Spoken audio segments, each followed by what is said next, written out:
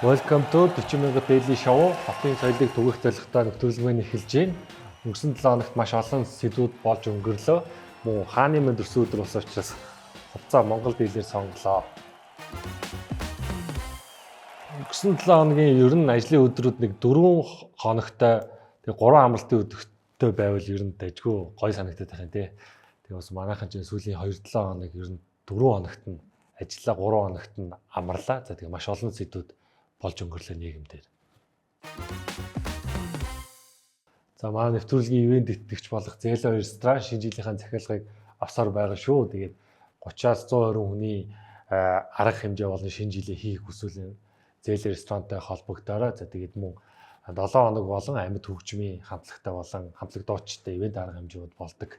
Тэгээ хаяг нь гэх юм бол 13 дугаар хооронд Централ Моллын яг урхан талд байдаг. За тэгээд хотын залуучууд цагаа зөв боловсон өнгөрүүлж Зээло ресторанаар зорин үйлчлүүлээрэй гэж хүсэж байна.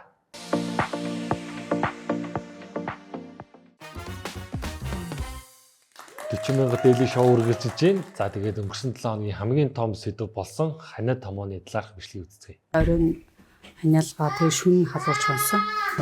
Тэгээд 2 дахь өглөө гэхэд бүр хариад үеийнхээ эмнэлгээр үзүүлээд эмчилгээ бичүүлээд нөгөө антибиотик уусан хэрэгээс ерөөс 2 өдөр дараалал нь халуурсаар л энэ бол хүртэл. Тэгээл ямарсан их бэлгс үзүүлэхгээ сайн ирчихлээ. Дүүргийн мэд бас нэлээд очиртой байсан.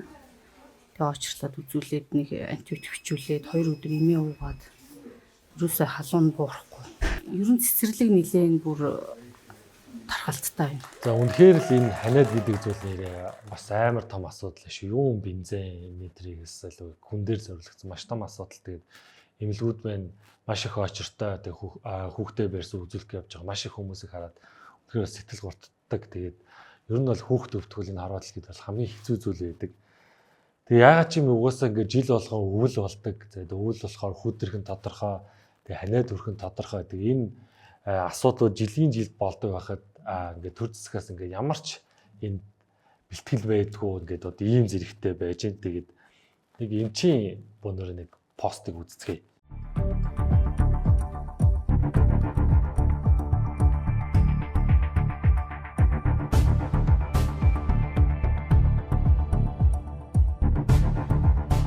За ер нь энэхүү эмчийн гол хэлсэн гол санаа болохоор хүндэрч эмнэлэгт ирж үзүүлж байгаа нийтдээ 500 хүүхдийн 5-аас 6 томоогийн вакцинд хамрагдсан байгаа гэж ярьсан байлээ. Тэгээ ерөнхийдөө бол вакцинд хамрагдаагүй хүүхдүүд их нь өвчлөх магадлал их байгаа гэдэг. Тэгтээ яг хүмүүс вакциныг зөв буруутай наандан саатай гэж ярьдаг чи ерөнхийдөө бол яг практик дээр бол вакцин хийлгэсэн хүмүүс нь арай бага өвдөд юм байна. Ерөнхийдөө ханиад чинь дотроо ханиад болон томоо гэдэг нэм хоёр өөр зүйл байгаа юм билээ. Миний ойлгосноор бол ханиад нь болохоор яг зүгээр ингээд даарч өснөөс болдог.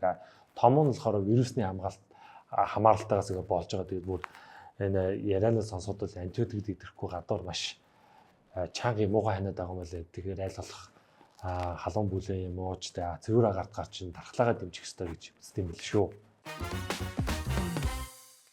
40,000 Daily Show үргэлжилж байна. За тэгэнхүү ханиад томуудаас хамааралтайгаар Монгол Улсын ерөнхий сайд эмнэлгүүдээр явж сүржинтэй уулзалтыг хийлээ. Иргэдэд гинт шийдвэр гаргаж байгаа өмнө тодорхой байх хэрэгтэй. 12 сарын 1-ээс захимжилж бэлтгэлийг бүх сургууль, боловсролын байгууллагууд хангаад, эцэгч хүч гэсэн хангаад уржигдор бас эмнэлгүүдээр танилцсан. Очаал ихтэй биш. Одоо очаал их байна. 3-4 цаг дор хойл очирч байна. Нялх хөөхтэй хүмүүс пиг дүүрэн. Эмнэлгээ чаачаал дийлдэхэ болчихсон. Оож хэрэгтэй байна уу? Хэдэн цаг очирлоо? 11 өрөөж ирсэн. 3-4 цаг ирсэн шүү дээ.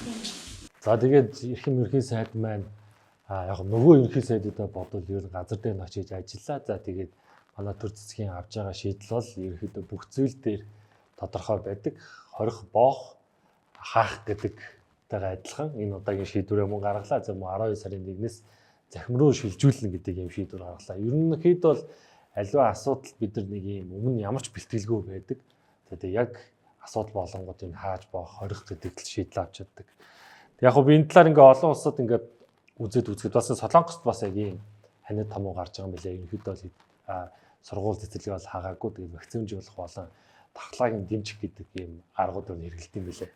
Мөн үнтэй адилхан одоо дэлхий дээр дайнтай байгаа Орос Украины дайнтай ийм газар хүртэл энэ дуран дээр харж байгаа шиг Украинд хүртэл дайны үед хүртэл сургууль зэвсгэр завсардаагүй. За тийм үү хичээлээ явж байгаа. Гэтэл бид нэр жилээс жил болдгийг нүгэлдээ юм хангалтгүй бэлтгэлгүй ордоос болж юм одоо хүүхдүүдийнхээ сургуулийг ингээд онлайн руу шилжүүлж чинь тэгээд ерөөдөө бол энэ хамгийн муу хөлбөр бид дотор бол бодож байгаа. Тэгээд өнгөрсөн ковидын үед хичээллийгүүдийг онлайн руу шилжүүлсэн. Тэгээд тухайн үеийн хүүхдүүдийн одоо хичээлийн хоцрол одоо хүртэл ажиллаагүй байгаа. 2-3 ингээд жилээр ингээд сургуулиасаа програмаас хоцорсон хүүхдүүдийг одоо яа гэж хад дахиад сургууль цэцэрлэгээ хорхоор боллоо. Тэгээд ер нь бол энэ бол хамгийн муу үзэгдэл. Бас энэ хичээл сургууль хааснаас болж хүүхдээ ингээ харж чадахгүй тэгээд гэртээ хүүхдээ үлдээх. Тэгээ мөн хүүхдүүд нь гэртээ байж байхдаа галт өмрийн аюул ч юм уу аваар осод бүрдэх гээд маш олон нийгэм сөрөг асуудлууд байдаг. Тэгээд одоо ямар ч юмдээ тэгээд улс орон байна. Ерөнхийдөө л энэ идэж ууж байгаа цэвэр агаар энэ утаатай агаар интерес л энэ бүх асуудлууд үүдэлтэй байхаа. Тэгээд жилээс жилийн болдог асуудал дээр төр засгийнхан байна. Анхаарал нэг энэ бэлтгэлтэй байж Монголын ирээдүй болсон хүүхдүүдийнхаа бас боловсролтноос анхааралтай хичээлээр нь яахгүйгээр энэ арга хэмжээ авдаг болоосоо гэж үсэж байна. Дараа жил дахиад хэмэл болно шүү. Дараагийн сэдв за ингээ маш харамсалтай мэдээгээр дараагийн сэдвийг эхлэх гэж байна. Саяхан өнгөрсөн 7 хоногт маань Улс аймгийн Бөөний төвийн зах шатсын харамсалтай мэдээ болжээ. Бичлэгээр бөөнөр хамт үзье.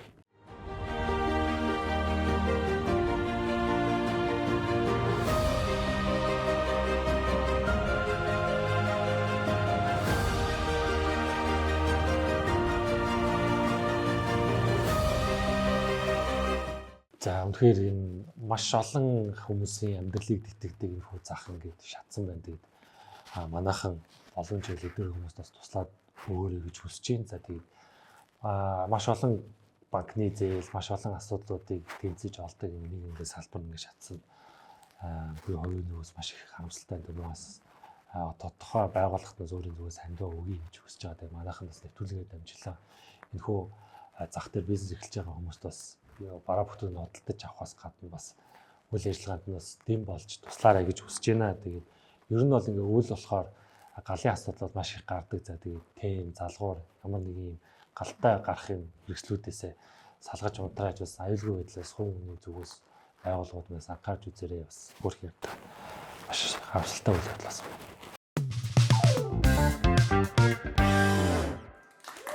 Мянга дэлийн шоу үргэлжлэж байна. За тэгээд уламжлалсаар олгодог хотын соёл болно да. Нэг зүйлийг анхааруулж хэлье гэж бодож байна. За тэгээд сүүлийн үед энэ тамхитай холбогдлолтой татварын нэмэхээс хууль санаачилсан байгаа. Тэгээд ер нь бол энэ тамхи веб гэдэг зүйлийг олон нийтийн газар хэрэглэхгүй байх. За ер нь тамхиа татж байгаа хүмүүс годомжинд алхаж байхдаа тамхиа татахгүй зогсоод татчих хэрэгтэй байна. За мөн залуучууд мань веб гэдэг зүйл орох юм хэрэггүй. Тэгээ юм олон нийтийн газар ажиад байгаа кино татар юм заал хоолны газар нууцаар сорцоо гэж айгүй муухай харагддаг шүү. Нэг дээхэн үед нэг юм үнэтэй хувцс брэнд болно нэг 50 татдаг нэг кул гэж боддог байсан. Одоо тэр цаг өнгөрсөн айгүй муухай харагддаг шүү. Тэгээ аль болох энэ тамхиг хэрэглэхгүй байгаасаа гэж 40,000 дэлийн шоунаас хүрэлж байна. Нэвтрүүлгийн маань дараагийн ивент итгэж болох соёлын эцэг ном байгаа. За тэгээд өнгөрсөн дугаарт мөн хэлсэн. Энэ төр ном болон бусад номын дэлгүүрээр худалдаалагдж байгаа. Холийн ухааны доктор Га Очрын бичсэн соёлын эцэг номыг аваад уншаарай. Яг миний нэвтрүүлэгтэй концепц нэгдэж байгаа. Яг би соёлыг түгэх зорилготой. За өмнөхөн ном маань бас нэр нь өөрөө соёлын эцэг. Яагаад соёлын эцэг гэхээр Монгол улсад маш олон соёлын үзэл санааны маш гой зүйлүүдийг энэ хүү номонд санаачилсан хүний тухай бичсэн. Тэгээд цаанаа 6 энэ хүү номыг та бүхэн авч уншаарай гэж уриалж байна. Тэгээд бид нар ханаас эхэлтэй юунд зорж байгаа Монгол төмний ондоош нь юу вэ гэдгийг энэ ном дээр маш гоёор харуулсан байгаа. Тэгээд бүх номын зүйлүүдээр худалдаалагч байгаа шүү. Соёлын эцэг ном. 40,000 дэлийн шоу үргэлжилж байна. За тэгээд төр засгаар маань баахан дарга цэрэгнүүдээ солиод ерөнхийдөө одоо нэг зэгцэрх шатандаа орсон байна. Тэгээд учрал Монгол Ардын намын дарга болоод улсын хурлын дарга болсон. Тэгээд үүнтэй холбоотой нэг бичлэг үздэг юм байна. Сайдын ондоотой нэг хэдэн хүн байна. Одоо чи инкерээс хэдэн сайд ч одоо 3 дахь удаага сайд хийж байна. Одоо бодвол Монголын шилдэг болсууч юм байлгүй гэж ирэх хэрж байгаа нам нь үзэж байгаа баг.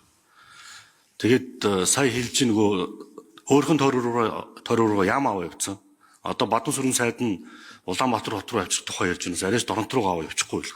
За би бас нэвтрүүлэг дээрээ ер нь хэлж байгаа. Тэгээ сүүлийн 35-30-д засагласан. За тэгээ 2016 оноос одоо ингээд тасралтгүй 10 жил засаглаж байгаа энэ намын нийтдээ төрд гарч ажил хийсэн сайд болсон хүмүүс нийтдээ 115. За тэгээд дэд сайтайгаа ярил 250 сайд Монгол Ардын намаас Монгол орны сүүлийн бараг 30 жилийг өдөрж байгаа гэдээ хэлэхэд болно. Гэтэл энэ олон урт хугацаанд маш олон сайдаар ирж засаглаж өөрчлөлт гэж хичээсэн боловч Монгол улсад нэгч дөрвтэй хөгжсөн салбаргүй өнөөдрийг хүрсэн байгаа. Тэгээ ерөөхдөө бол ингээ хараад байхад энэ хүндээ биш энэ намдаа юм шүү дээ. Тэгээд энэ намын боловсон хүчин ч юм уу эсвэл энд намд ажилладаг энэ хүмүүсийн сэтгэлэн дотоод маш коочуудад дотоод байгаа юм уу? Монгол улс нэг л явахгүй байна, бодохгүй байна. За тэгээд ер нь бол бөөнөр нэг намын нэгсэлж үзэхээр цаг нь ирсэн юм шиг үлээ шүү. Чиний гөлөг шавуур гэж хэлж байна. За тэгээд саяхан нэг шинээр сайд болсон хүний бичлэгийг үздэг. Томилго шийдвэр одоо гарах учиртай. Тэгээд энэ одоо томилгоог бол миний хувьд бол асар том хариуцлага гэж хүлээж авч байгаа. Яг гэвэл энэ салбар бол манай одоо улс орны төдийгүй бүхэл улс орны хувьд бол хамгийн том чухал салбар. За мань хүн болохоор хүнс хөдөө аж ахуй хөнгөн үйлдвэрлэлийн сайдаар томилогдсон Баднам сүрэн гэдэг нэртэй хүн юм бэлээ. Тэгээд өөрийг нь яагаад энэ сайдын албан тушаалд орсон бэ гэхээр өөрөө хариулахтай болохоор би багаасаа хөдөө өссөн. За тэгээд ер нь бол хөдөөний амьдрал мэдэх учраас намайг сайд болголаа гэж хэлсэн байлээ. Уучлаарай. Ер нь бол сэтгэл болон хөдөө амьдрснараа сайд болох юм одоо хэрэггүй. Өнөөдөр хүртэл дандаа тийм хүмүүс сайд болсон. Энэ салбарч юусаа гайхгүй байгаа. Тэгэхээр яг мэрэгжлийн болон дэлхийдээ өрсөлдөхөж чадах үз боловсон хүчнээр энэ сайдаа хийлгэмээр байна гэж хүсэж чинь тэгээд дахиад нэг бичлэгийг бүгд хамтаа үзэж хэлсэн үг. Дахиад импортын төрөг тэглэнэ гэдэг энэ заалтыг бол миний хувьд санаачилж оруулсан байна. Яг тэгэхээр эдийн засгийн хувьд зах зээлийн хувьд юм уян хатан механизмаар зохицуулахгүй бол эсвэл импортыг тэглээд эсвэл одоо татвар тавиад хахаар энэ докторгүй байдалтай байгаа төрийн бодлого тийм учраас энийг доктортой болох хэрэгтэй. Хэрвээ өгсөн уйлдаж үнэ нэмсэн бол буулга гэдэг шаардлагыг тавина. Хэрвээ энийг биелүүлэхгүй бол дахиад импортын татварыг тэглэхээс өөр арга байна. Тэгээд мань сайдын хэлж байгаа болохоор энэ гурилын импортын татварыг тэглэснээс болж энэ Монголын хөдөө аж ахуйд маш том асуудал юм гарсан байлээ. Тэгээд тариаланчд маань ерөөдөө ур будаа тарилгаа болсон. За тэр хөдөө тэр газруудын хятадууд бодлуулаад ер нь хөдөө аж ахуйн салбартаа бид нэр энэ гурилын импортын татварыг тэгснээс болж амар том асуудлууд юм гарсан байлээ. Ер нь бол ажид байхад өөрсдийнхөө үйлдвэрлэлийг дэмжихгүй гадны энэ бодлогыг дэмжиж гадны бар бүтээгдэхүүнийг татваргүйгээр оруулж ирдэг юм ямар ухаантай хүний шийдсэн юм бүстөө бүүмэд хэлж байгаа ганц шалтгаан нь гурилынхаа үнийг одоо монопол байгууллагууд нэмсэн гэдэг үлдээр бол худлаа. Тэгээ миний бодлоор бол зүгээр юм гадны урагч хүмүүсийн Монголын үйлдвэрлэлийг дөнгөж нэг үйлдвэрлэлийг байж исэн гурилынхаа үйлдвэрлэлийг гадаадаас татваргүй бараанууд гурилд оруулж иж нааш сумгаад одоо үйлдвэрлэж чадхаа болсон. Мөн цементний үйлдвэрлэлийг бас сайхан яг дотооддоо цементтэй үйлдвэрлээд болж ийн хөгж ийн бидний ер нь энэ салбарыг болохоор мэй гэсэн чинь бас цементийн татварыг тэглэсэн. Одоо энэ бүх үйлдвэрүүд хаашаагдсан ажилтны боломж нь гарсан. Тэгэхээр ийм хорон үйлдвэрүүдийг хийгээд идэг энэ төр зэсгийг сайд авах ойлгодгүй юм гээд. Хэрвээ дахиад энэ Монголын гурилын татварыг бууруулах юм бол би энэ хэлээрээс та үзэлцэн шүү. Ийм уссаа боддгоо ийм сонир сайдаар нэг хэд хэдээр нөхцүүлсэн ч юм. За мань сайдын бас бичлэг дуусаагаа бүр нэг хөгжилтэй бичлэгийг үзье. Энэ компани өнөөдрийн байдлаар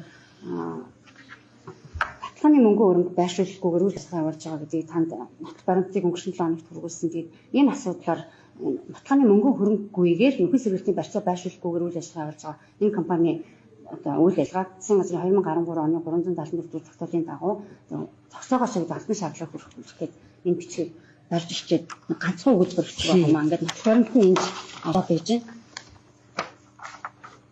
За та бүхэн бичлэгийг харсан байх. Тэгээд нэвтрүүлэгч сэтгүүлчтэй ярилцж байхдаа ингээ мөвжөө руугаа гермалаад байгаа. Тэгээд энэ дээр нь сошиал орчин маш олон их зүйлийг бий болгосон. Сурчлага авч байгаа бүсгүй хөөх юм болоо. Тэрдээ сэтгэн хичээсэн болоо гэдэг. Иггүй бол энэ ууж эзнээ далах гад хүмүүс намайг алт зүүцэн байна гэж хэлж бидээ гэж бодоод нуусан нь мэдхгүй. Тэгээд ийм жижигэн зүйл дээр л энэ хүний ёс зүйн мэддэг юм да. Хэрвээ их нэртэй гэдгийг нуугч исэн бол хамгийн хадгийн үйлдэл. За тэгээ ер нь мөнгө идэгчж байгаа би баян сатгалын гэдгийг нуугч исэн бол бас хамгийн хадгийн үйлдэл ийм хүмүүсээр төрийн сайд хийлгэх юм бидэрт хэрэг байна да. Монголын намчаа өөр боловсрогч байдаг юм уу? Жижигхэн үйлдэл л хүний харагддаг дөө тий. Манайх мэдж байгаа тий. 30,000 дээлийн шоу үргэлжлэж байна. За тэгээ нэвтрүүлгийнхаа төгсгөлд эрэг мэдээ авдаг. За энэхүү удаагийн эрэг мэдээгээр усын хөрслийн гишүүн асан ертөнцийн мэдлэгээр баталж байна.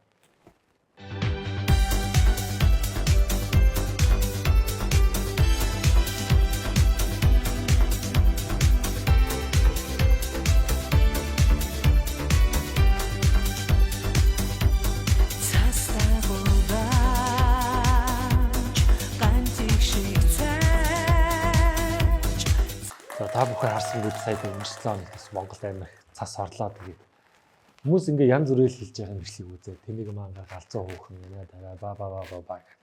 Надад бол нэг тийм тэмийг юусэн санагдаагүй. Гадаадад ийм гоё шин цас орохоор насан дээр гараад зүг шатыг хөвтөж битээс байж идэг юм бичлэг зөндөл идэг. Гэтэл гэж бас шалтан биш бас бикинэтэй байгаа тийм. Тэгээд надад бол амар гоё өөрөөхөө өрчлөөд Монгол улсад амьдарч байгаа айгүй гоё. Юу яах вэ? Тэгээд зарим хүнийг ийм мод зүйлд урайлан дуудаж янз бүрийн юм татсан, уруу татсан биш. Надад бол гоё л бичлэг байсан. Тэгээд би нөгөө нэвтрүүлэг дээр онцолж хэлээд байгаа. Бусдад төг утахгүй байхаас хотын соёл эхэлнэ гэдэг. Бусдыг байгаар нь хүлээж авах нь ерөнхийдөө бол хотын соёл. Ер нь бол бидний энэ хүмүүн төлөвлөлтөнд амьдарч байгаа нэг хэлбэр мөн. Тэгээд ийм одоо ертөнцийн чимэд гишүүн асны юм бичлэгээр нэвтрүүлээд бас хөндлөж байна. Гэхдээ мань гишүүн маань нэрээ бас амар түүхэн зүйл хийсэн шүү нэрээ. Нийтийн газрын тамхи татдгийг ер нь болиулсан амар лаг хууль санаачилсан. Би энд нь бүр алга таш баяр өгмөр байгаа ертөнцийн чимэгч. Яг тэр хүн чинь ингээл бар, ресторан ингээл хоолны газар хүмүүсүүд тамхитай хайчдаг гэсэн. Тэгээд нэг ч юм болиулж хуульчлаж хуулийн санаачилсан бол ертөнцийн чимэг гişүү басан. За тэгээд гоё бичлэг хийсэн гэдэг юм. Ийм лаг амьдралд одоо төлөөтэй гоё хууль санаачилсан ч бас баярлж яддаг шүү гэдэгс.